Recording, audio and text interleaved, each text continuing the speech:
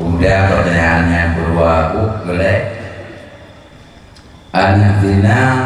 daparle akak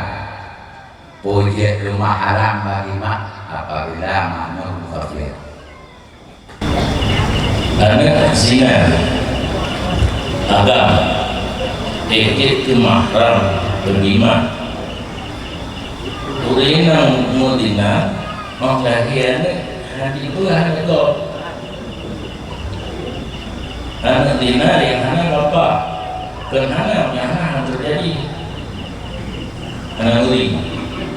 hana bapak yang beriktibar menurut pandangan agama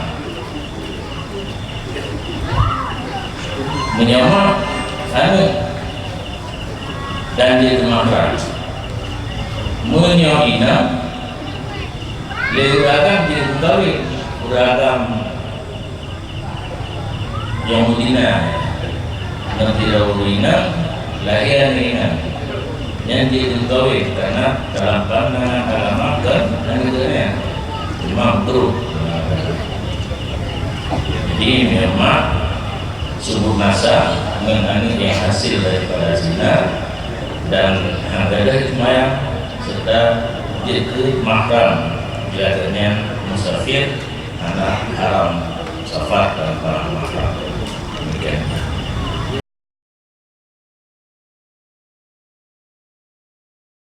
Untuk nikah hana wali nasab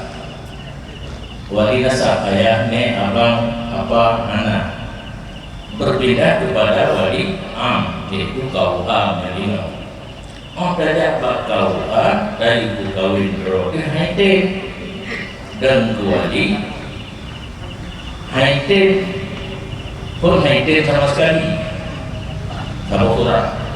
surah yang kedua jiten tapi bayar tapi peng nyokkan peng administrasi nyawa ke negara peng untuk wali am untuk pribadi roji wali am arti nama dan wali guna tajuk peng tapi nakai peng yang menjadi beban bagi calon itu nyawa tapi kan menyebutnya sertu di peng berat 20 yang pui udah yang lebih direktur itu 200 yang gawat yang menurut calon itu menyertai kepeng haiten pun sama sekali ada item dan kepeng yang membebankan calon itu baru dia daki cara daki dari mana ke ledu walina kerja apa itu dari negara yang penting anak wali khas meminah kepada wali am haidin ada kala idin bagi yang jadi beban bagi calon